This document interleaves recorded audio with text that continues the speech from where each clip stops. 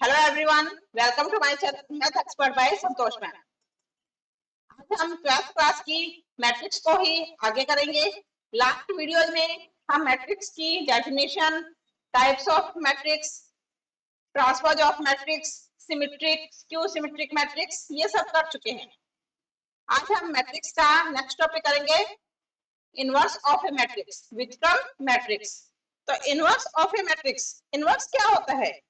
अब किसी भी मैट्रिक्स का अगर इनवर्स निकालना है, अब किसी भी मैट्रिक्स का इनवर्स निकालना है तो कोई मैट्रिक्स होनी चाहिए।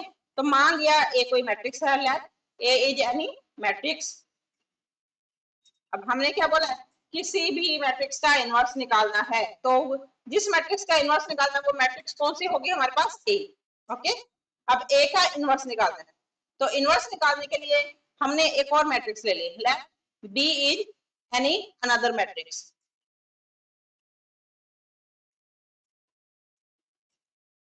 सच दैट, अब बी हमने एक और मैट्रिक्स ले ली किस टाइप से?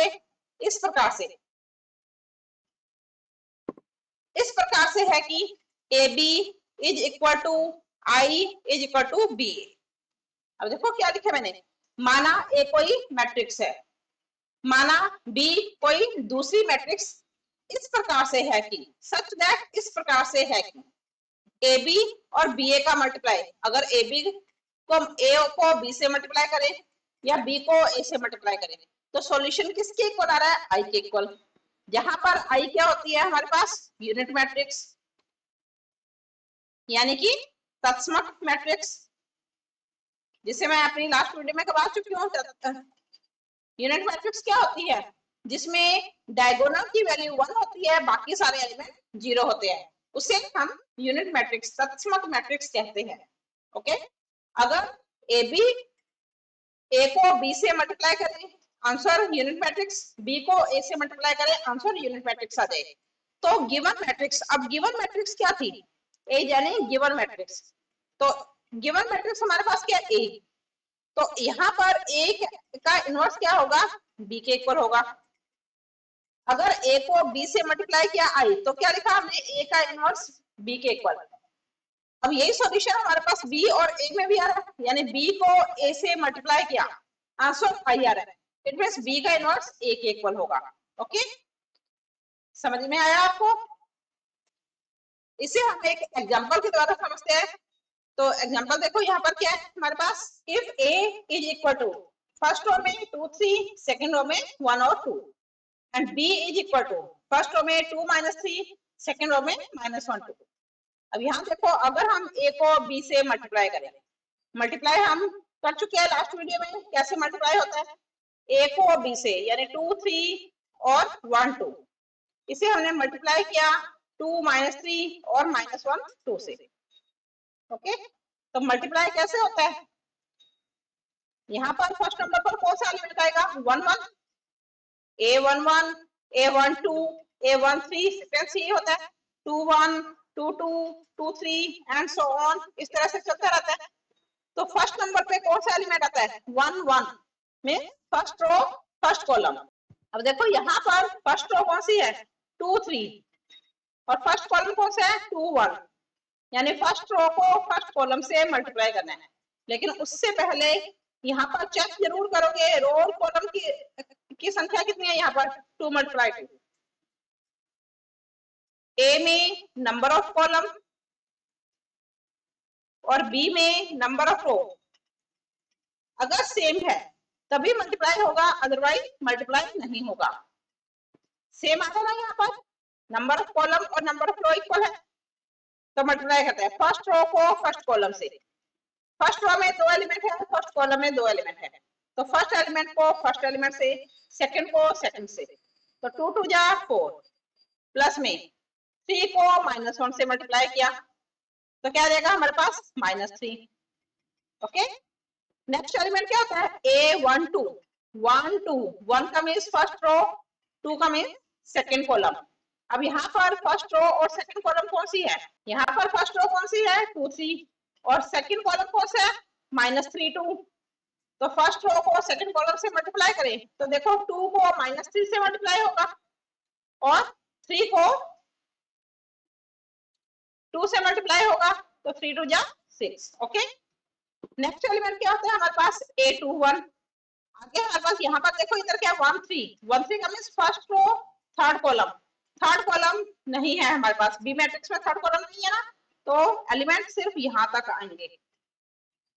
नेक्स्ट सेकंड रो पे आ जाओ, A21 का means second row first column, तो सेकंड रो यानी 1 2, फर्स्ट कॉलम 2 -1, तो 1 2 को 2 -1 से मल्टीप्लाई करें तो क्या देखो क्या आएगा, 1 मल्टीप्लाई 2, 2 मल्टीप्लाई -1 -2।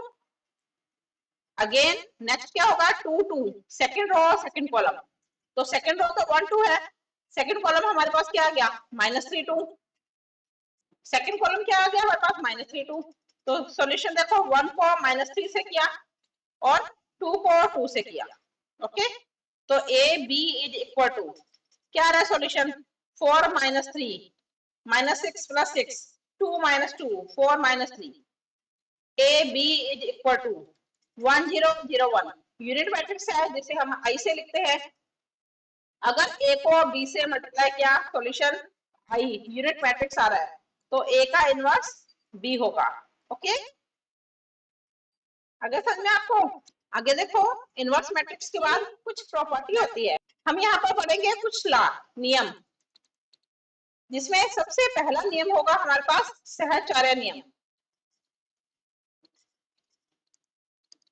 यानी कि एसोसिएटिव लॉ।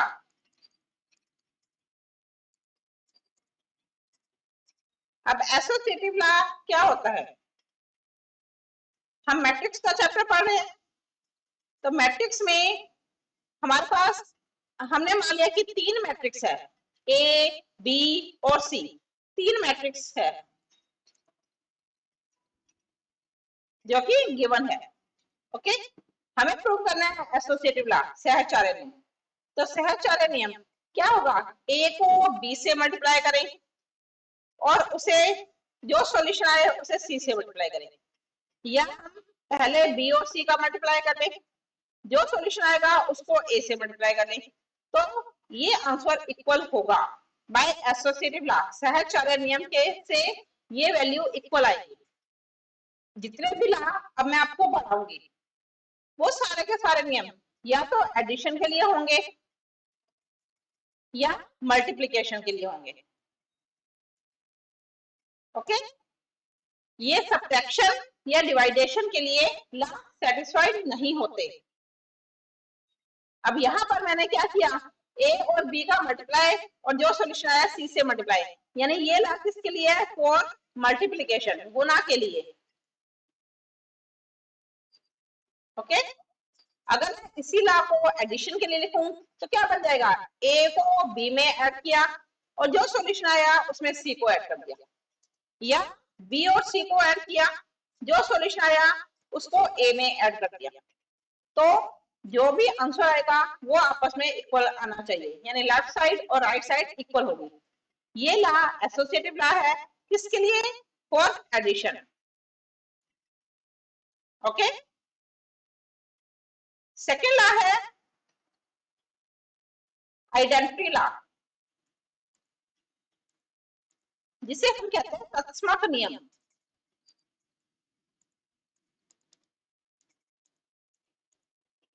अब देखो आइडेंटिटी लॉ को अगर मैं मल्टीप्लाई के लिए लिखूं तो ए कोई मैट्रिक्स है जिसमें हमने आइडेंटिटी को मल्टीप्लाई कर दिया, तो सॉल्यूशन में कोई चेंज नहीं होना चाहिए, यानी ए को अगर आई से मल्टीप्लाई करें तो वापस से जो आंसर है, तो जो आंसर आएगा वो ए ही होगा, यानी ए आई या आई ए इज इक्वल टू किसके होगा, ए के।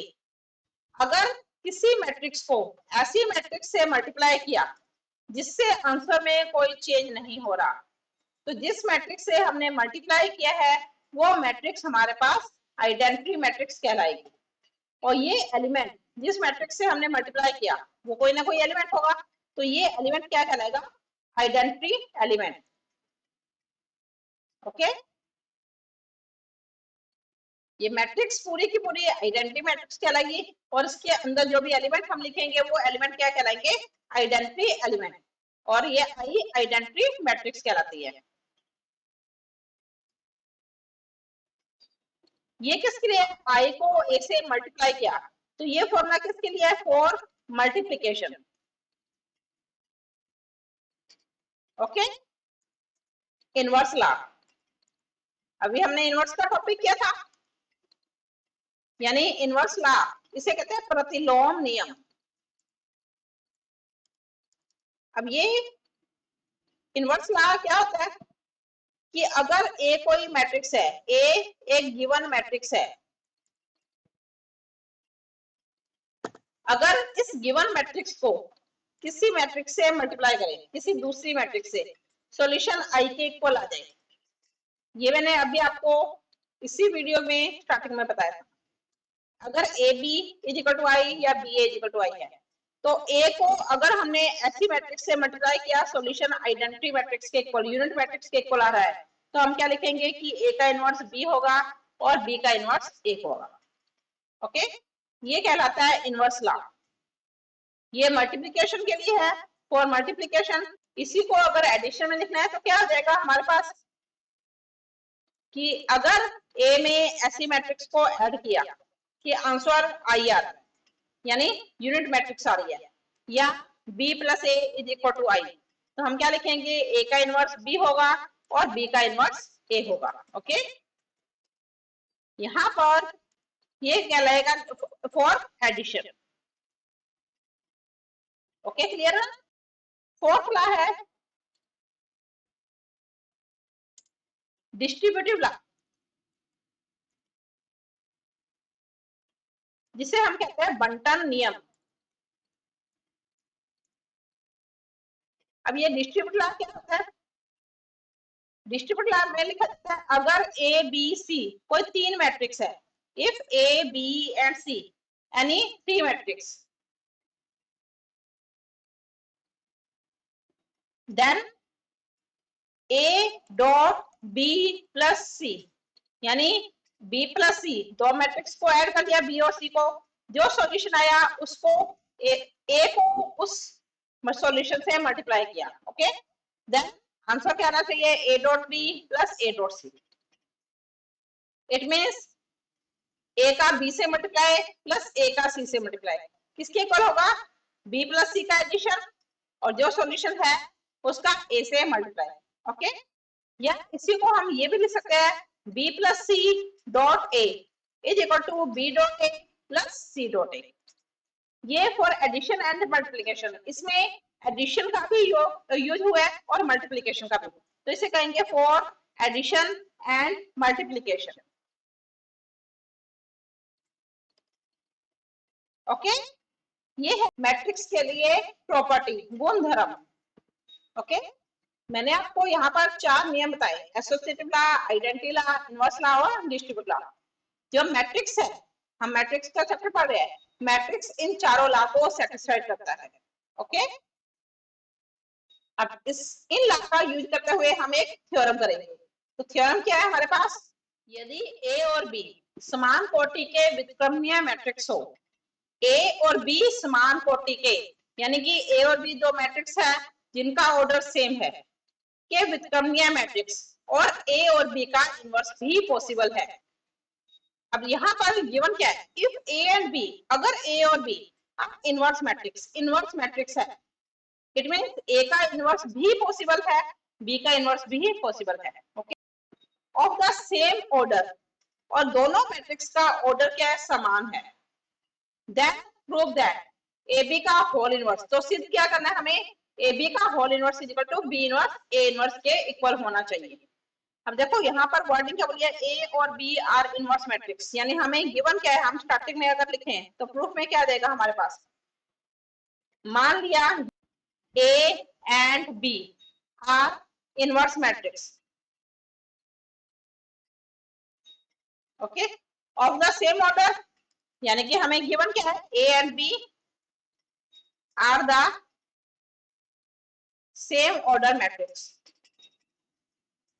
यानी दो मैट्रिक्स है जिनका ऑर्डर भी सेम है और उन दोनों का इनवर्स भी पॉसिबल है। तो हमें प्रूफ क्या करना है, ए बी का whole inverse is equal to B inverse A inverse. Okay, अब देखो ए बी का whole inverse is equal to B inverse A inverse, अभी मैं पीछे अभी आपको क्या बता चुकी हूँ कि अगर a b equal to I है, if a b equal to I, तो ए का इनवर्स हमने क्या लिखा था, बी लिखा था ना। ये अभी प्रॉपर्टी की है हमने कि इफ ए बी, अगर ए और बी को आई से मल्टीप्लाई करें तो ए का इनवर्स बी के इक्वल होगा। अब अगर ए का इनवर्स, इसको अगर मैं ऑपोजिट फॉर्म में बोलूं, इसको मैं लाइन को उल्टा करके बोलूं, इसको मैं ये लिख सकती हूँ कि अगर ए का इनवर्स बी के इक्वल है तो इस ए को और बी को मल्टीप्लाई किया, इनवर्स मैंने हटा दिया यहाँ से, देखो ए का इनवर्स बी के इक्वल है तो ए का मल्टीप्लाई बी के साथ करेंगे तो सॉल्यूशन क्या आ रहा है, आई आ रहा है। दोनों सेम ही बात है। हमें जो प्रूव करना है उसमें क्या है, ए बी का होल इनवर्स किसके इक्वल होना चाहिए, इसके। यानी कि हम अगर प्रूव करते हैं कि ए बी, देखो जो हमने यहाँ पर लिखा था उसमें इनवर्स को हटा दिया था, ए को बी से मल्टीप्लाई किया तो इनवर्स को हटा दिया, क्या बचा हमारे पास ए बी। इसे मल्टीप्लाई किससे करें, बी इनवर्स ए इनवर्स से। आंसर क्या आ जाए, आई के इक्वल। तो हम ये लिख सकते हैं कि ए बी का होल इनवर्स बी इनवर्स ए इनवर्स के इक्वल होगा।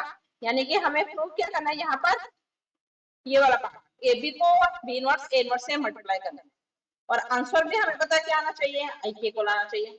तो हम लेफ्ट हैंड साइड से स्टार्ट करेंगे, राइट हैंड साइड आंसर लेकर आएंगे। ओके, तो यहाँ पर लेफ्ट हैंड साइड क्या है हमारे पास,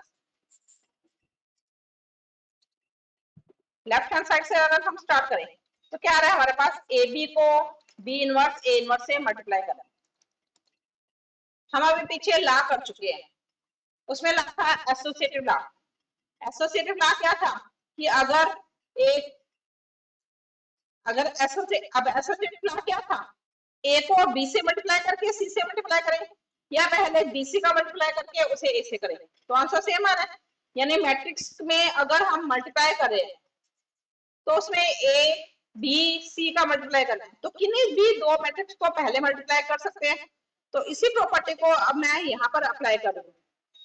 यहाँ देखो ए बी का, a b b inverse A inverse, इन चारों का हमें मल्टीप्लाई करना है। ए बी बी इनवर्स ए इनवर्स, मल्टीप्लाई वही है, सीक्वेंस नहीं चेंज करना यहाँ पर। अगर पहले ए है तो ए लिखना है, बी है तो बी लिखना है, लेकिन मल्टीप्लाई ए, अगर हम ए और बी का पहले करें, बी इनवर्स ए इनवर्स का करें, उसकी जगह हम ये लिख सकते हैं कि बी को बी इनवर्स से मल्टीप्लाई किया, जो सॉल्यूशन आया उसे ए इनवर्स से कर दिया, जो सॉल्यूशन आ रहा है उस पूरे को ए से मल्टीप्लाई कर दिया। ओके, हमने सीक्वेंस में लिखा कि पहले ए है, फिर बी है, फिर बी इनवर्स है, फिर ए इनवर्स है। अगर देखो ए बी बी इनवर्स, अब बी बी इनवर्स किसके इक्वल होगा, बी एक मैट्रिक्स है, बी इनवर्स उसकी इनवर्स मैट्रिक्स हो गई। बी इनवर्स का मींस क्या हुआ, बी की इनवर्स मैट्रिक्स। अगर हम दो मैट्रिक्स को मल्टीप्लाई करते हैं सॉल्यूशन आई आ रहा है तो ए का इनवर्स बी के इक्वल होता है।